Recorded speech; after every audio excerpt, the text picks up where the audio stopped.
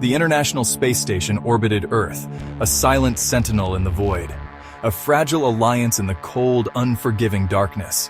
Inside, American astronaut Mark Watney and Russian cosmonaut Dmitry Sokolov toiled under the watchful eyes of unseen forces. They were conducting an experiment, unaware of the malevolent presence lurking in the shadows. Their camaraderie was a desperate attempt to fend off the creeping dread that threatened to consume them. "Dmitry, pass me the scalpel." Mark's voice trembled, his words barely audible over the sinister whispers in his headset. Dmitry, floating like a specter, complied with a haunted look in her eyes. "Here you go, my friend," she whispered, as if afraid of waking something.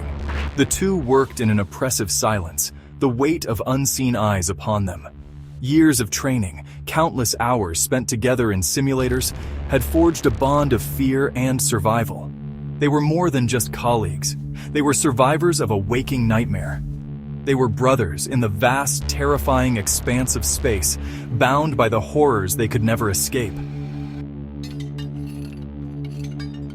Their work, however, was abruptly interrupted. A message from Mission Control crackled through the speakers. A sense of dread filled the air, like a dark cloud descending. Gone was the calm, measured tone they were used to, replaced with a cold, urgent staccato that sent chills down their spines. "Mark, Dmitry, we have a situation." The voice from Mission Control was tight with tension, almost trembling. Mark and Dmitry exchanged uneasy, frightened glances. The news report they had caught a glimpse of earlier flashed in their minds, now more terrifying than ever. Escalating tensions between the US and Russia, a Cold War threatening to turn hot, a nightmare becoming reality. "What is the situation?" Dmitry questioned, her voice betraying a hint of anxiety. A beat of silence. Then, the voice from Mission Control delivered the news. "War has been declared." The words hung in the air inside the ISS.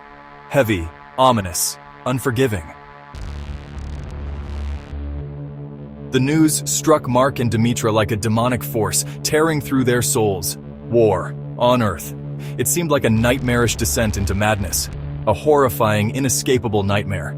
Yet, here it was, starkly announced by a disembodied voice from the abyss below, echoing with malevolence.